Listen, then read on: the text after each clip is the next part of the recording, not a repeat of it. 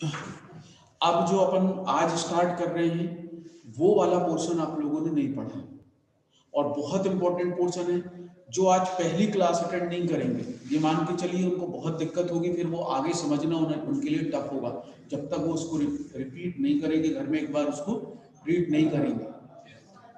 तो सबसे important thing ये है कि हम कोई भी क्लास को मिस नहीं करें। मैं पहले से बोलते आ रहा हूँ। आज हम स्टार्ट कर रहे हैं beta and gamma function.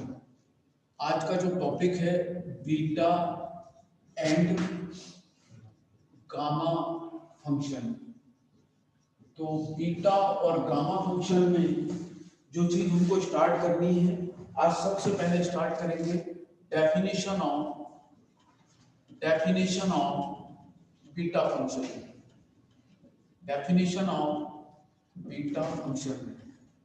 How can you define the beta function? Beta function वास्तव में है क्या? बोर्ड क्लियर है सबको? यस और नो? किसी को कोई प्रॉब्लम तो नहीं बोर्ड में?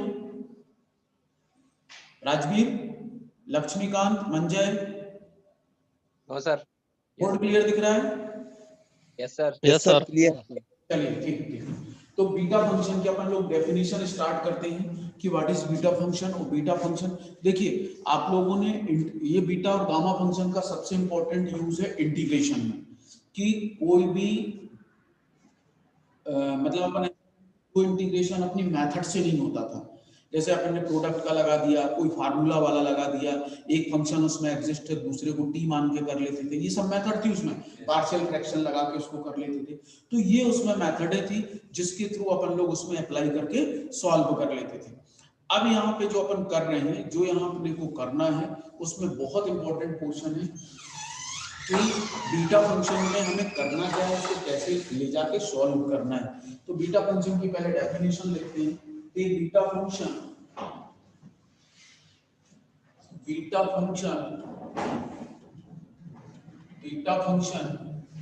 Is denoted by beta mn। देखो आप लोगों ने ये वाला सिंबल फिजिक्स में पढ़ा होगा, बीटा का।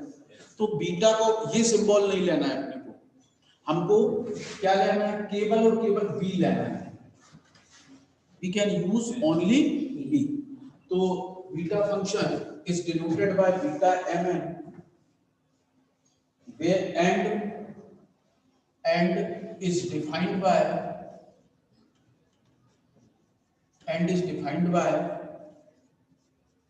Beta mn equal to integration 0 to 1 x की पावर m-1 और 1 माइनस x की पावर n-1 into dx, where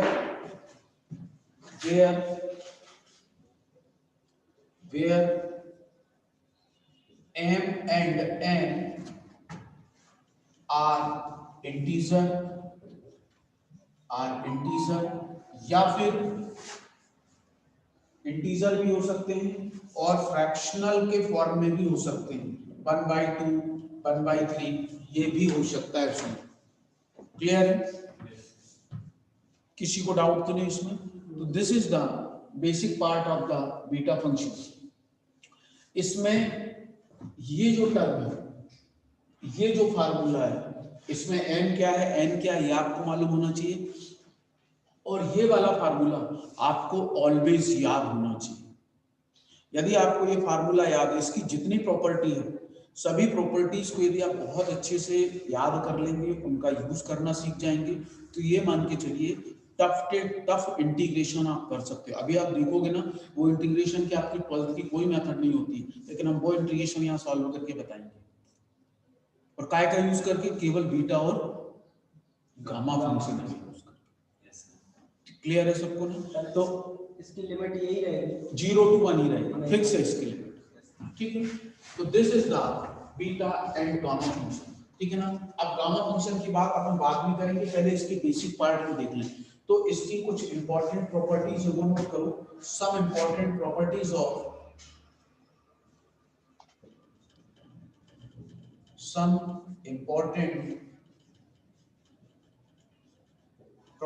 of beta function. some important properties of beta function. तो इसकी नंबर 1 प्रॉपर्टी है सिमेट्रिकल प्रॉपर्टी। फर्स्ट है सिमेट्रिकल प्रॉपर्टी, पहली property है सिमेट्रिकल प्रॉपर्टी। तो सिमेट्रिकल प्रॉपर्टी में क्या है, बीटा, इसको अपन क्या देखो, वो ऐसा भी कह सकते हैं कि state and prove symmetrical property of beta function, ऐसा भी कह सकते हैं, ठीक है ना। तो हम वो भी state and prove symmetrical property of beta function, of beta function, symmetrical property of beta function. या फिर इसी को वो ऐसा भी कह सकते हैं, और करके मैं लिख दे रहा हूं, to prove that beta mn is equal to beta mn।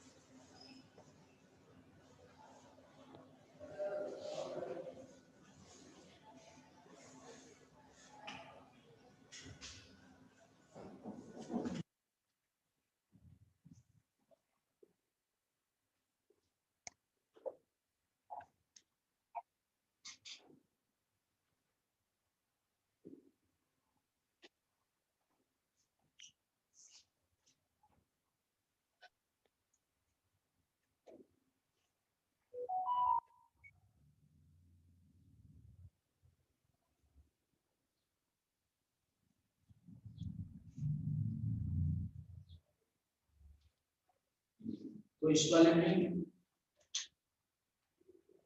Beta mn equal to beta nm prove करना है।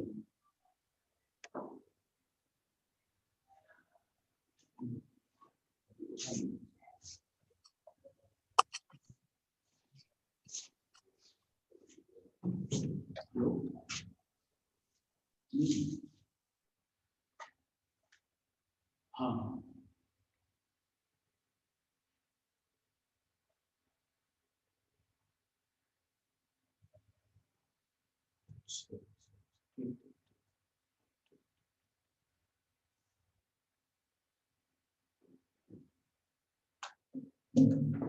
Beta mn equal to beta nm, ठीक है ना। तो ये अपने को प्रूव करना है, तो इसका प्रूफ अपन स्टार्ट करते हैं। we know that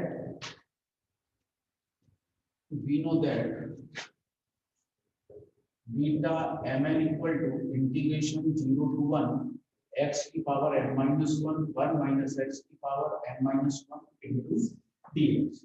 ये हमने इसमें फार्मूला लगाया, ठीक है ना, क्लियर। अब आप लोग देखो इस फार्मूले को, देखना हमारी जो क्या प्रूफ करना है, ये ध्यान से देखो, beta mn equal to beta nn, यही सिमेट्रिकल का मतलब होता है। यदि ये xy है तो yx भी वही आना चाहिए, mn है तो nm भी वही आना चाहिए। तो इसको लाने के लिए मतलब ये जो फार्मूला है ये बीटा एम है, ये क्या है, पहले एम है बाद में एन, पहले एम बाद में एन, ठीक है ना। तो इसके बाद में ध्यान से आप देखो, इसमें हम एन और एन कैसे करेंगे। तो मैंने आपको डेफिनेट इंटीग्रल की प्रॉपर्टी बताई थी, 0 to a f of x into dx equal to क्या बताया था, integration 0 to a f of a minus x into ये बताया था कि नहीं बताया था, क्लियर है। तो जब हमने ये वाली टर्म बताई थी तो अब हमें इस टर्म का यहाँ पे यूज करना है।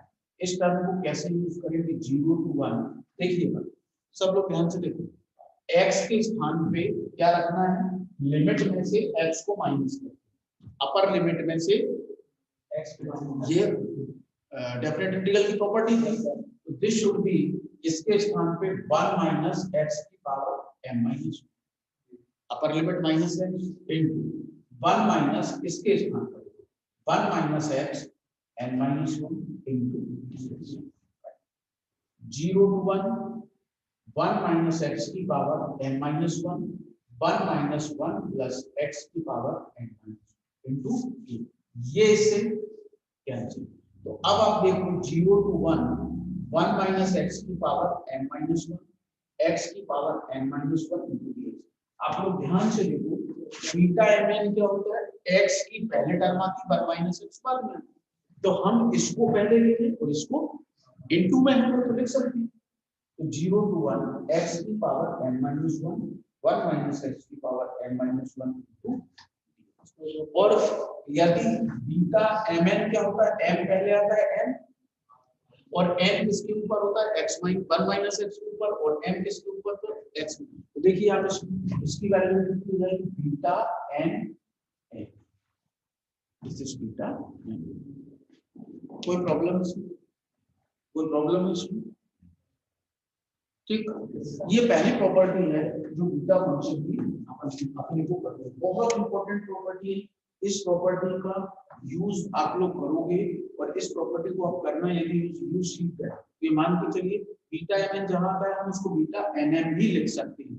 यही सबसे इंपॉर्टेंट थिंग होती है, यही अपने को उसमें एक्चुअल टर्म पे अपने को देखना है, ठीक है ना।